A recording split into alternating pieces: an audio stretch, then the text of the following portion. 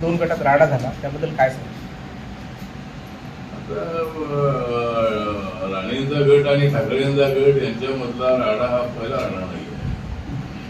त्यांचे राडे अनेक वेळेला झालेले आहेत आणि या दोघांचे का होतात राडे याचा मला पडलेला आहे पुढे.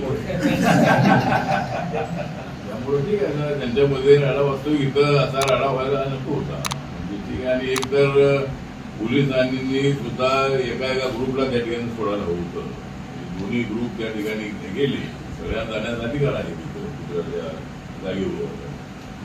पण एकाला तिथे गेल्यानंतर मग हा कदाचित राडा तसा राहणार नसता. पोलिसांनीच एका ग्रुपला अगोदर अडवायला हवं होते एका इकडे मागे. एकाच वेळेला सगळे तिथे गेले आणि त्या ठिकाणी जो काय प्रकार घडलेला आहे तो प्रकार तेवढा बरोबर नाही आहे. तर असं होऊ नये, कारण आता उद्धव ठाकरेंची जे नेते सगळे आहेत, आदित्य ठाकरे आहेत, ते सातत्यानं आरोप करतायत, धोक्यांचे आरोप करतायत, अनेक आरोप करतायत, निंदे म्हणून त्यांच्यावर आरोप करतायत. वास्तविक मी माझ्या राजकीय जीवनामध्ये अशा पद्धतीचे आरोप प्रत्यारोप मी पहिल्यांदाच पाहतो. एक तर एवढे आरोप प्रत्यारोप करून चालणार नाही. पूर्वीचं राजकारण होतं ते नीतिमंत राहणारलेलं होतं.